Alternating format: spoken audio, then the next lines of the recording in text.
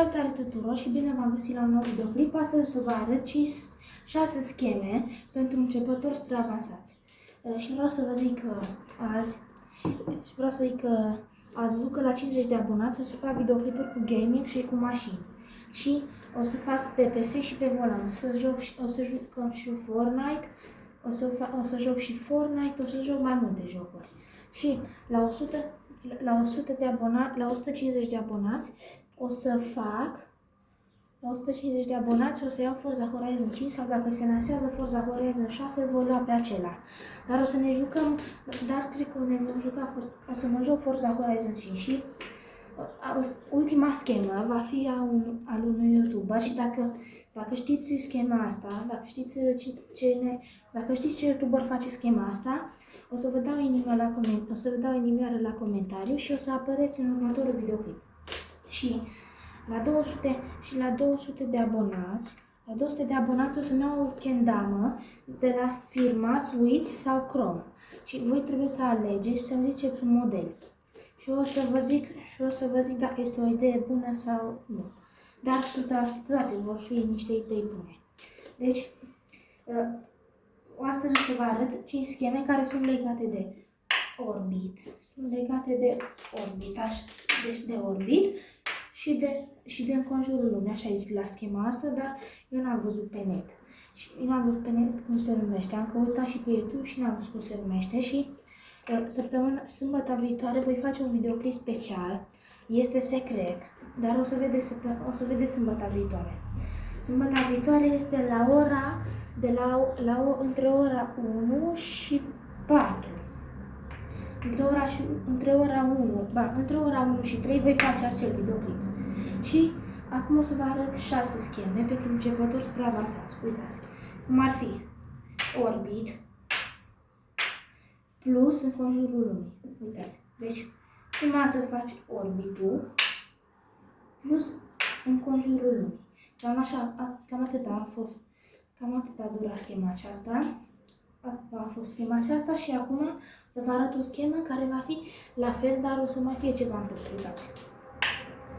Înclinare, așa am pus-o numele la schema aceasta.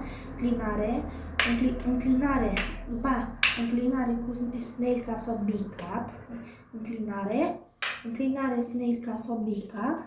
După aia faci orbitul și după aia înconjurul lumii. Și aceasta a fost cea de-a doua schemă. Deci o să vă mai arăt o dată, da? Faci big cap sau snail cap, înclinare, după aia faci înclinare, după aia faci, deci înclinare, după aia înclinare snail cap sau big cap, după aia faci orbitul și după aia faci înconjurul lumii. Și aceasta a fost și a doua schemă. Și acum voi face cea de-a treia schemă, care este așa. Schema aceasta o pot face cel mai bine cei care fac fotbal. Uitați, este așa, orbitul, înconjurul lumii, stați din nou, orbitul, înconjurul lumii plus genunchi. Și mi-a ieșit această schemă, este foarte faină și am învățat acum vreo oră, o oră înainte să fac acest videoclip. Și asta a fost cea de-a treia schemă și o să vă arăt cea de-a patra schemă, care este așa. Este spike, deci este spike, da? Am făcut spike, așa. Va trebui să pice spike, da? Pentru începător va trebui să învârtiți de damă. Va trebui să învârtiți dama și să faceți așa. O să vă pice de mai multe ori, o să vă pice mult mai des, dar eu o să fac fără. Uitați, și fără puteți face, dar puțin mai greu, dar pentru profesioniști o pot face mai repede. Uitați, mi-a ieșit, după aia faci big cap, după aia faci big cap sau snail cap, după aia faci orbitul și înconjurul lumii. Sau mai puteți improviza să faceți și cu genunchiul, cum ar fi așa.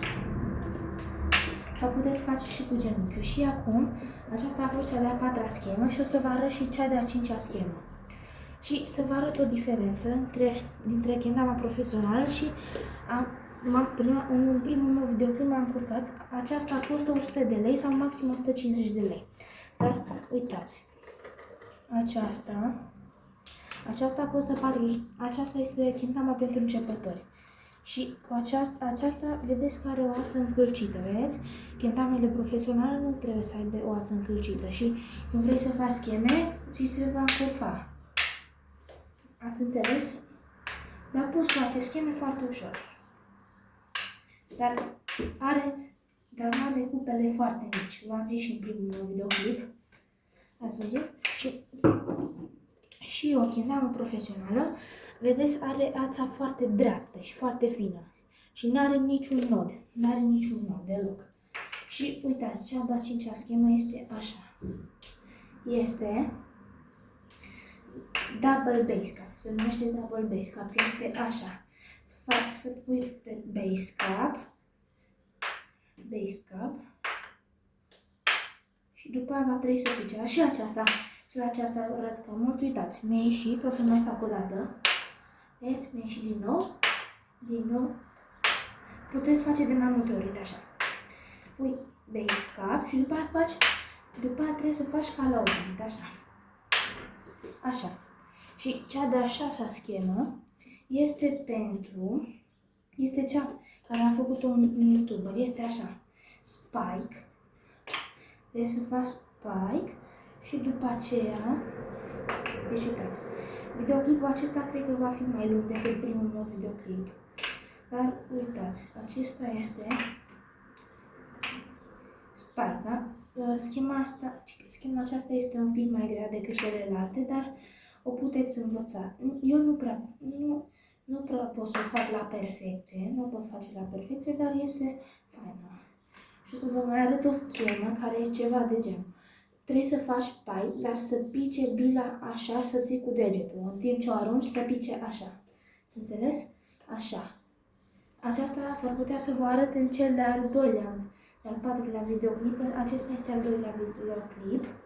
Deci acesta este al doilea videoclip, da? Și să vă arăt. Pentru începător, cel mai bine este să învârtiți bila, mai ales la spike, să faceți așa. V-am zis pentru că va pica mult mai des. Dar, sunt două moduri de spike. Așa. Ori să ții așa și după aceea să faci așa. Așa. Ori cel mai bine este să faci drept, așa. Să învârți. Pentru că pentru începători este mai ușor să învârte dama. Uite. A picat. Am pus spike. Și după aceea va trebui să faceți așa. Schema asta nu o pot face așa des. Schema asta nu pot face așa des pentru că este puțin grea și n-am exersat la ea. Și dacă ghiciți ce YouTuber a făcut schema aceasta, o să apăreți în următorul videoclip și sper să dați like, să vă abonați și ne vedem data viitoare. Pa!